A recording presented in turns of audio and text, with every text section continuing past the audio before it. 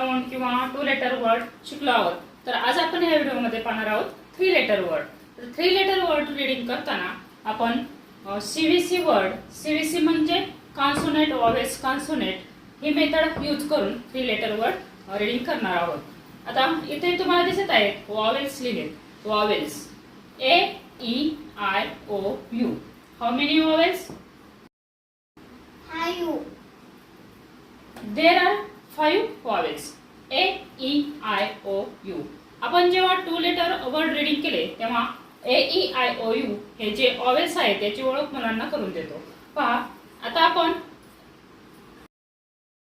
व्हॉवेल्स मधील फक्त ए हा साऊंड, मुलं लहान असतात त्यांना लगेचच सगळे व्हॉवेल्स त्यापासून सुरू होणारे 3 लेटर वर्ड किंवा सीव्हीसी पॅटर्न एकदम सगळे शिकवले तर त्यांच्या लक्षात राहत नाही.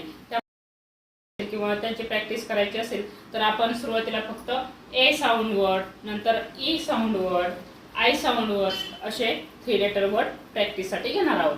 पहा जेव्हा आपण ए साऊंड वर्ड शिकवतो तेव्हा हे वर्ड याची प्रॅक्टिस आपण पुन्हा पुन्हा करून घ्यायची आहे. आणि हे जर झाले की मग ए साऊंड वर्ड त्यालाच आपण A family word, E family word, I family word असंही म्हणतात. आता सीव्हीसी पॅटर्न म्हणजे काय? कॉन्सोनेंट व्हॉवेल्स कॉन्सोनेंट वर्ड्स म्हणजे मध्ये जो असतो तो व्हॉवेल्स असतो. A-E-I-O-U यांच्यापैकी एक अक्षर लेटर इथे मध्ये असतं आणि बाजूचे जे 2 लेटर असतात ते असतात कॉन्सोनेंट. तर वेळ न घालवता आपण लगेच व्हिडिओला सुरुवात करूया. आता चैत्राली 3 लेटर वर्ड रीडिंगची प्रॅक्टिस करणार आहे. आमच्यासोबत तुम्हाला सुद्धा प्रॅक्टिस करायची असेल तर व्हिडिओ शेवटपर्यंत पहा. आता ए शॉर्ट ए म्हणजेच ए या साऊंड पासून होणारे 2 लेटर वर्ड आणि तेच 2 लेटर वर्ड यूज करून आपण 3 लेटर वर्ड कसे तयार होतात ते पाहणार आहोत. बघा हा चैत्रालीचं ॲ ट. तर 2 लेटर वर्ड शिकवताना आपण मुलांना शिकवतो ॲट, ॲ ग ॲट. तू रीड कर. अँड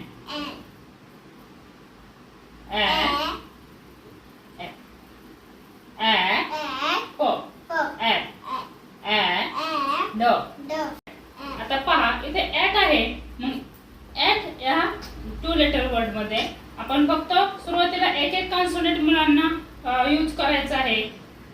आता इथे यम आणि हा जो ॲट आहे तो आहे असाच खाली नेला. यम ॲट मॅट, म ॲट मॅट.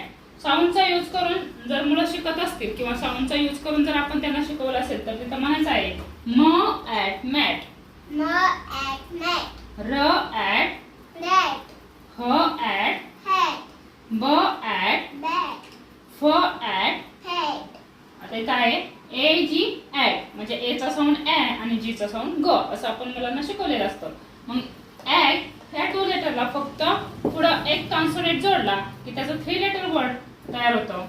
ल ॲट लॅट,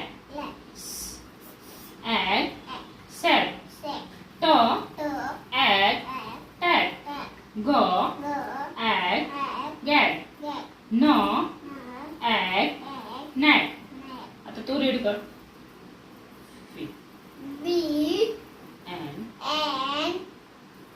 वॅन. बचा साऊंड काय होतो? बी. साऊंड काय होतो? ब. एन. न. ब एन न बॅन. ट एन टॅन. फ एन फॅन. प एन पॅन. ॲट ॲ प ॲट. ल ॲट लॅट. स ॲट सॅट. र ॲट रॅट. न ॲट नॅट. ग ॲट गॅट. आता इथे काय ॲ ड ॲट. ट ॲट टॅट. म ॲट मॅट. ल ॲट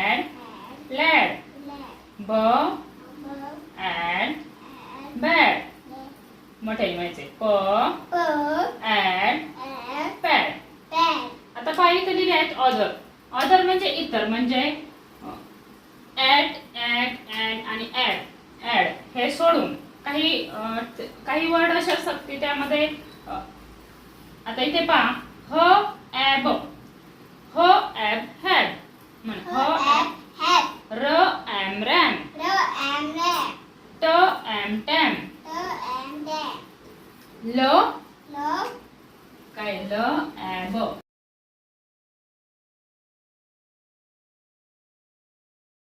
ल ॲब लॅब क ॲब कॅट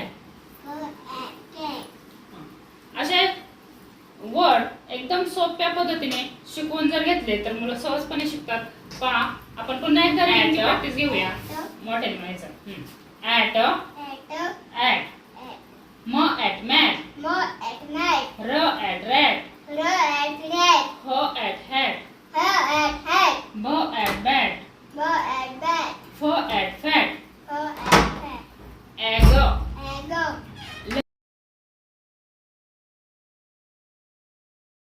ट ॲट टॅट ग ॲट गॅट न at NAAT and for and van